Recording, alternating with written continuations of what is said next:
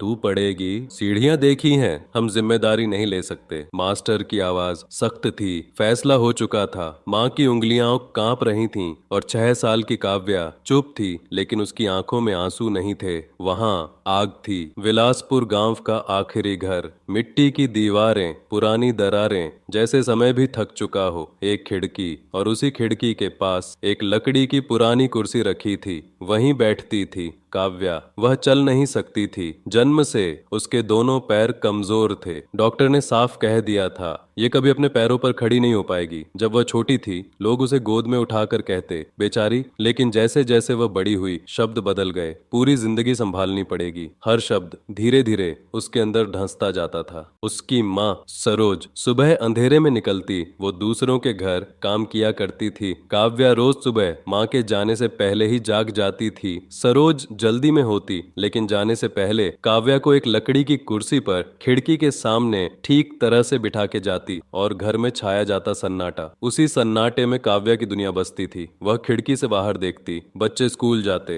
हंसते, दौड़ते, धूल उड़ाते। वह मन ही मन उनके साथ चलती, उंगली से अक्षर बनाती। उसे शब्द नहीं आते थे, लेकिन सीखने की भूख थी। कुर्सी के सामने एक छोटा सा पुराना लकड़ी का तिपाया था। उसी पर थाली, पानी और दिन भर का खाना। कभी सूखी रोटी, कभी थोड़ी सब्जी। घर में ज्यादा कुछ नहीं था। काव्या धीरे से टिपाई की ओर हाथ बढ़ाती, रोटी खा लेती। कभी भी शिकायत नहीं। उसे पता था माँ जितना कर सकती है कर रही है। कभी कभी पड़ोस की छोटी लड़की अपने घर से थोड़ा खाना भी ले आती। दोनों साथ बैठते, थोड़ा खाते, बैठकर ही खेलते, और दिन बीत जाता। शाम को जैसे ही दरवाजे पर आहट होती, काव्या मुस्कुरा देती, मैं ठीक हूँ माँ। एक दिन माँ उसे गोद में उठाकर स्कूल ले गई। मास्टर ने देखा, सीढ़ियां देखी, फाइल बंद की। हम जिम्मेदारी नहीं ले सकते, बस इतना। वापसी में माँ चुप थी। उस रात काव्या सोई नहीं। खिड़की से बाहर देखा और पहली बार उसने खुद से कहा, अगर मैं स्कूल नहीं जा सकती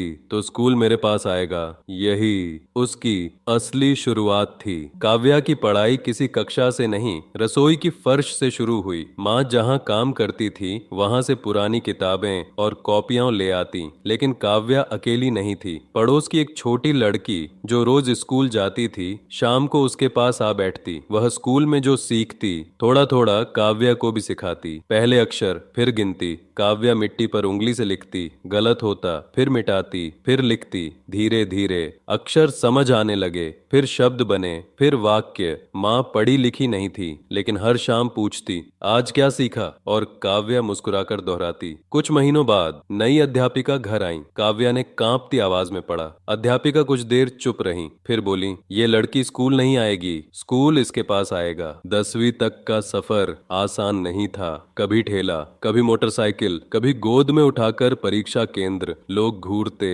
कुछ हंसते, कुछ मदद करते। काव्या ने सीखा, सहानुभूति नहीं, सम्मान कमाना है। 10वीं में अच्छे अंक आए। उस रात माँ ने मिठाई नहीं खरीदी, बस दिया देर तक जलाया। 11वीं में पढ़ाई अब सिर्फ पास होने के लिए नहीं थी। अब उसे समझ आने लगा था कि किताबों के बाहर भी एक दुनिया है। वह रोज शाम को रेडियो पर समाचार सुनती, देश की बातें, नीतियाँ, फैसले। उसी दौरान एक दिन उसने एक आवाज सुनी, जिले के कलेक्टर की आवाज। हमारा लक्ष्य है कि जिले का हर नागरिक सुरक्षित, शिक्षित और आत्मनिर्भर बने। आप सभी के सहयोग से हम विकास की नई ऊंचाइयां छुएंगे। धन्यवाद। आत्मविश्वास, शांति, जिम्मेदारी। उस दिन पहली बार उसने वह शब्द अपने लिए सोचा। कलेक्टर। गांव वाले हंसे। बहुत बड़ा सपना है, तेरे बस की बात नहीं। काव्या चुप रही, फिर हल्की सी मुस्कान के साथ बोली, सपना छोटा क्यों देखूं? ग्रेजुएशन के बाद उसने प्रशासनिक सेवा की तैयारी शुरू की। अब सपना बड़ा था, रास्ता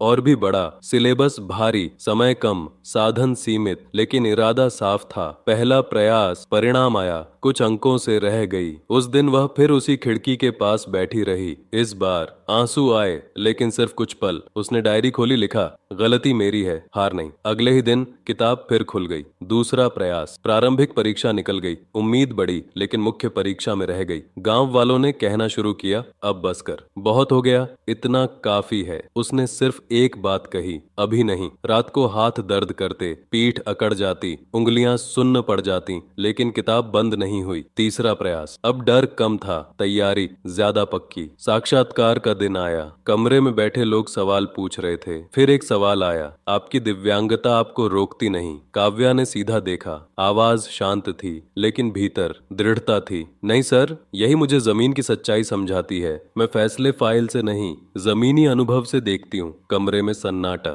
इस बार उसे महसूस हुआ वह तैयार है। जब सूची आई और नाम दिखा, सरोज वहीं बैठ गई। काव्या ने आंखें बंद की, एक लंबी सांस ली। ये अंत नहीं था, ये अगली शुरुआत थी। वह जानती थी अब जिम्मेदारी और बड़ी होगी। कुछ हफ्तों बाद नियुक्ति पत्र उसके हाथ में था। काव्या ने सबसे पहले किसे याद किया? अपनी माँ को। वही माँ जो कभी उसे कुर्सी पर बिठाकर दरवाजा बंद करती थी, आज उसी बेटी को दुनिया के सामने खड़ा देख रही थी। सरोज पत्र को बार बार पढ़ती रही, जैसे यकीन करना चाहती हो ये सपना नहीं है। उस दिन घर में कोई शोर नहीं था, कोई ढोल नहीं, कोई मिठाई नहीं, बस एक लंबी सांस जो वर्षों बाद पूरी तरह निकली थी। यह प्रशिक्षण शुरू हुआ। नए लोग, नई जगह, नियम, प्रक्रियाएं, फील्ड विजिट, निर्णय लेने की जिम्मेदारी। कुछ अधिकारी उसे संदेह से देखते थे, कुछ सहानुभूति से। काव्या ने दोनों से दूरी रखी। उसे पता था उसकी पहचान उसकी कुर्सी नहीं, उसके फैसले होंगे। धीरे धीरे लोगों ने उसकी स्पष्ट सोच देखी, उसकी संवेदनशीलता देखी। पहली पोस्टिंग जिला मुख्यालय में हुई। कलेक्ट्रेट की इमारत बड़ी थी, सीढ़ियां ऊंची थीं, लेकिन इस बार सीढ़ियां रुकावट नहीं थीं। व्यवस्था तैयार थी। जब उसने शपथ ली, उसकी आवाज स्थिर थी। उसने कहा, प्रशासन आदेश देने के लिए नहीं, सुनने के लिए भी होता है। तालियां बजीं, लेकिन उसके भीतर जिम्मेदारी का भार और गहरा हुआ। पहले ही हफ्ते दिव्यांग नागरिकों की पुरानी फाइलें उसके सामने आईं। धूल जमी थी सालों से। वह कुछ पल उन्हें देखती रही, फिर बोली, अब ये रुकेगा नहीं। नियम बदले गए, प्रक्रियाएं आसान हुई। कुछ लोग नाराज हुए, लेकिन बदलाव शुरू हो चुका था। कुछ महीनों बाद वह अपने गांव लौटी। वही कच्चा घर, वही खिड़की, वहीं उसने व्हील चेयर रोकी। बच्चे स्कूल जा रहे थे। एक छोटी बच्ची रुककर उसे देख रही थी। काव्या मुस्कुराई, हाथ हिलाया। उस पल उसे लगा सफर पूरा नहीं हुआ, लेकिन रास्ता बदल चुका है। वह चल नहीं सकती थी, लेकिन उसने रास्ते बदल दिए। यह सिर्फ एक पंक्ति नहीं थी, बल्कि उसकी पूरी यात्रा का सार था। काव्या ने कभी अपने हालात को अपनी पहचान नहीं बनने दिया। उसने यह समझ लिया था कि जिंदगी में सीमाएं शरीर तय नहीं करता, सोच तय करती है। जब वह अपने जिले की जिम्मेदारी संभाल रही थी, तब उसके हर फैसले में उसका अपना बचपन छिपा होता था। उसे याद रहता था कि कभी वह भी किसी दफ्तर, किसी सिस्टम और किसी निर्णय के बाहर खड़ी थी। कलेक्टर बनने के बाद उसने सबसे पहले यह सुनिश्चित किया कि सरकारी इमारतें सबके लिए सुलभ हों। स्कूलों में रैंप बनाए गए, पंचायत भवनों में व्हील चेयर की सुविधा जोड़ी गई और दिव्यांग बच्चों के लिए अलग से छात्रवृत्ति योजना शुरू की गई। वह जानती थी कि बदलाव भाषणों से नहीं, फैसलों से आता है। इसलिए उसने फाइलों को सिर्फ कागज नहीं समझा, बल्कि उन फाइलों के पीछे छिपी कहानियों को पढ़ा। गांव के लोग अब उसे अलग नजर से देखते थे। पहले जो लोग दया दिखाते थे, अब सम्मान से सिर झुकाते थे। लेकिन काव्या के लिए यह सम्मान अंत नहीं था। वह चाहती थी कि उसके जिले में कोई भी बच्चा सिर्फ इसलिए शिक्षा से वंचित न रहे क्योंकि उसके पास सुविधा नहीं है। उसने शिक्षा विभाग के साथ बैठक की और दूर दराज के इलाकों में मोबाइल शिक्षा इकाइयां शुरू करवाईं, ताकि जिन बच्चों तक स्कूल नहीं पहुंच सकता, वहां स्कूल पहुंचे। एक दिन वह उसी प्राथमिक स्कूल में गई जहां से उसे कभी लौटा दिया गया था। वहां अब सीढ़ियों के साथ रैंप बना था, दीवारों पर नए रंग थे